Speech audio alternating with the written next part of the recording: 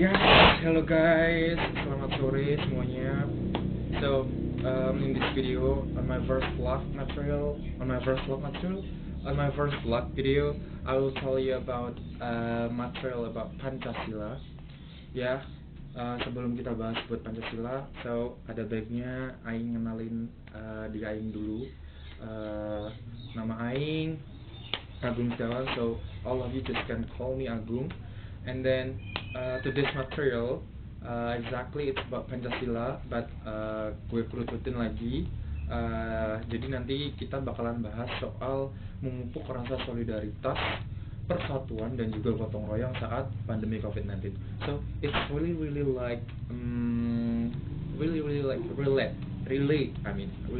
with the situation now. So of course after this we will talk and discuss about the material, so check it out. And kita bakalan mulai diskusikan buat judulnya terlebih dahulu. Kenapa sih Aing milih judul tersebut, judul tadi, maksudnya yang memupuk rasa solidaritas, persatuan, dan juga gotong royong saat pandemi COVID-19. So, the first reason, kenapa Aing pilih solidarity atau solidaritas. Nah, solidaritas di sini kan kalian tahu lah ya, maksudnya di sini tuh lebih ke kemanusiaan, humanity. So, in this like pandemi, tahu sendiri kan ada banyak dampak yang emang akibat dari coronavirus itu sendiri, dari bisa kita lihat dari dampak ekonomi dan juga dampak-dampak yang lain, dampak sosial, dampak ekonomi sama dampak yang lain itu pasti banyak banget. So karena di sini emang banyak banget yang ekonominya anjlok, so of course I just choose solidarity di sini. Jadi memupuk rasa solidaritas dan juga kemanusiaan, lebih kemanusiaan, karena memang di sini kita juga harus saling berbagi dan kita juga nggak harus mentingin diri sendiri, karena kita di sini hidup kita makhluk sosial, jadi kita harus bersosialisasi dengan yang lain. So that's the first reason about why I choose the title. And then yang kedua, persatuan. Nah, di sini kita udah tahu sendiri kalau kita itu terutama di Indonesia itu nggak cuman satu suku aja ya, jadi ada 2, ada 3, bahkan lebih, ada berapa ya, overall I think 800 kali ya, 800 suku kalau aku nggak salah kemarin pas baca di buku, kita ada 800 lebih suku di pulau. So of course it's really important for us, so kita juga harus memupuk rasa persatuan saat pandemi ini juga, karena emang kayak gini kan kita udah pasti mikirin keluarga, kita harus kayak gimana, kita harus makan kayak gimana, nanti kerjaan Aing kayak gimana, bagaimana, jadi kita nanti ngawang ke sana. Nah, so of course karena ini kita juga nggak harus mikirin keluarga sendiri. Kalau kita punya rezeki lebih, kita juga harus mikirin yang lain, kita juga harus bagi-bagi sama yang lain. So that's really important. Kita juga harus mentingin kemanusiaan, solidaritas dan juga persatuan. So jangan sampai terpecah belah karena adanya corona ini. So karena juga ada persatuan, ini contoh kecil aja ya, persatuan di tingkat desa lah, pasti of course kita udah sering banyak dengerin berita kriminalitas, terutama saat pandemi ini, karena kita di semuanya lockdown, kayak nggak lockdown sih ya, kita lebih ke physical distancing sama social distancing, but overall di kampung aku sendiri itu, kampung-kampungnya itu di lock. So beberapa tempat itu sepi emang, jadi ada beberapa rumah yang sepi. So ini tuh jadiin kesempatan buat orang-orang nggak kayak gitulah, dia nyempetin waktu buat nyuri, terus buat jahil kayak gitu. So of course di sini itu bakalan jadi satu alasan kita harus mempersatukan visi kita. So nanti akan ada apa itu namanya sih, sistem link. Nah, kita juga jaga pos ronda kayak gitu. So itu adalah salah satu contoh dari persatuan. So and then the last is gotong royong. Nah, tahu sendiri kan saat pandemi kayak gini tuh kita juga harus jaga kebersihan, kita juga harus jaga diri kita, jaga kesehatan. So it's really important for us ketika kita di kampung yang memang itu lagi nggak zona merah, nggak zona kuning, ataupun jadi kita ngomongin kalau itu masih aman. So of course kita juga harus bersih lah ya, bersih bareng, gotong royong.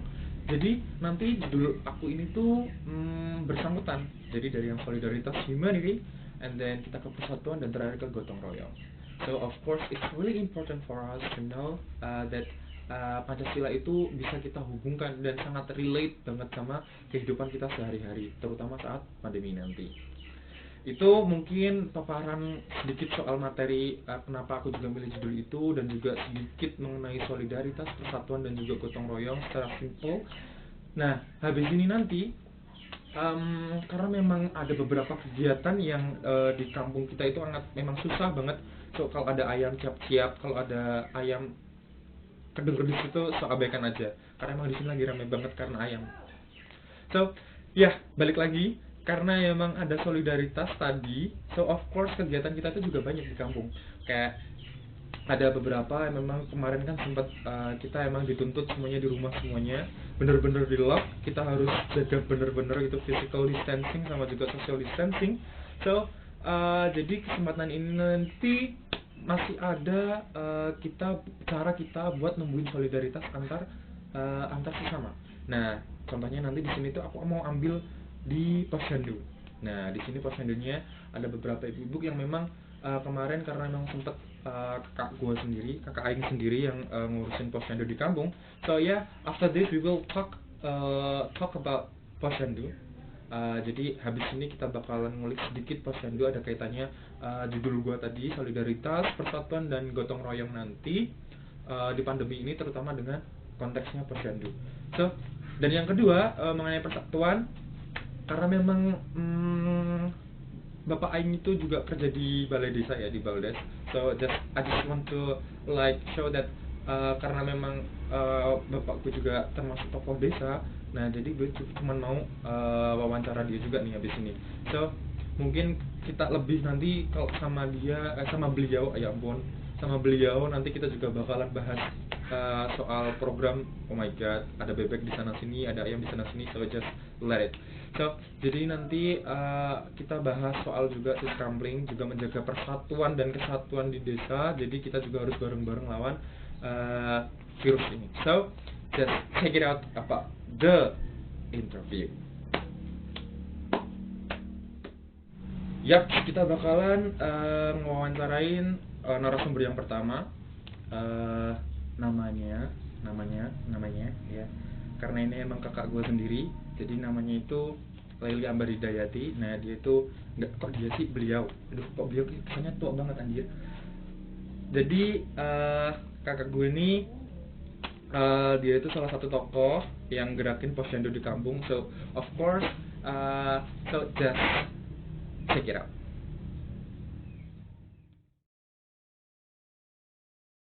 Ya, betul sekali. Alhamdulillah di tempat kami, posyandu di tempat kami sudah sesuai prosedur yang diterapkan dari puskesmas dan sudah menjadi posyandu mandiri.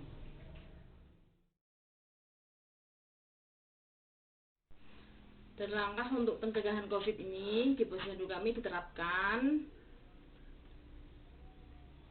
harus sesuai protokol kesehatan dari puskesmas kami, yaitu pertama jaga jarak, yang kedua masker selalu, cuci tangan sebelum mengikuti kegiatan posyandu. Setelah mengikuti, yaitu pertama tanda tangan, dan tanda tangan harus ibu-ibu posyandu harus membawa bolpen sendiri-sendiri dari rumah. Setelah itu penimbangan pun harus membawa kain untuk merebahkan balitanya supaya tidak bergantian tempat. Dan habis itu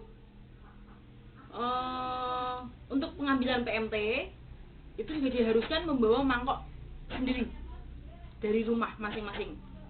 Jadi kegiatan posyandu di masa pandemi ini tidak seperti sebelum pandemi, yaitu kalau sebelum pandemi itu harus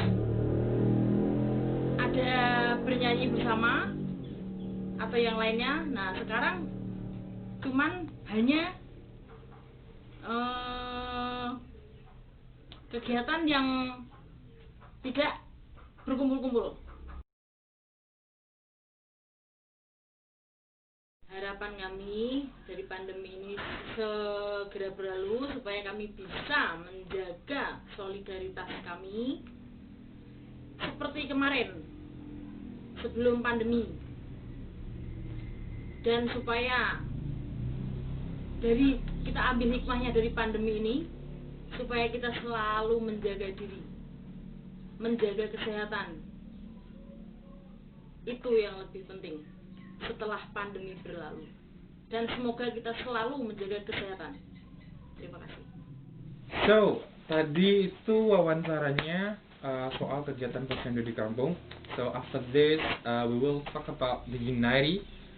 Kita bakalan bahas materi soal persatuan dan juga gotong royong sama Bapak.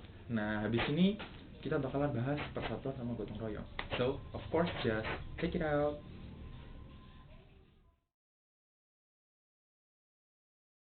Kami Linmas sebagai tangan panjang keamanan dari pemerintah ditugaskan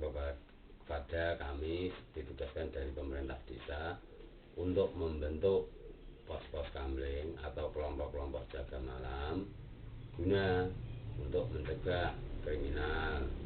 Yang kedua, kami bekerja sama kepada Pak Kadus, Pak RT, Pak RW, beserta masyarakat dan tokoh masyarakat segera mungkin mengatasi orang-orang atau masyarakat untuk tidak berkumpul pada jam-jam tertentu atau berkumpul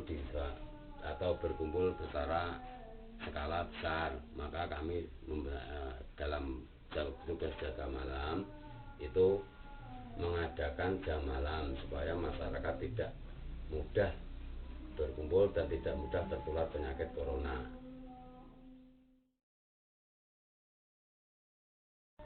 Dan pada saat kami di pos jaga, kami selalu diingatkan, selalu pakai masker supaya tidak terlalu dekat untuk kita, supaya bisa menjaga jarak, terutama dalam saat kita ketemu itu paling tidak jaraknya 1 meter atau 2 meter.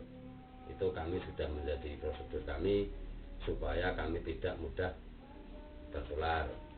Khususnya kami semua yang tugas malam untuk tiap setengah jam sekali keliling kontrol pada masyarakat, mengingatkan supaya tidak berkumpul-kumpul.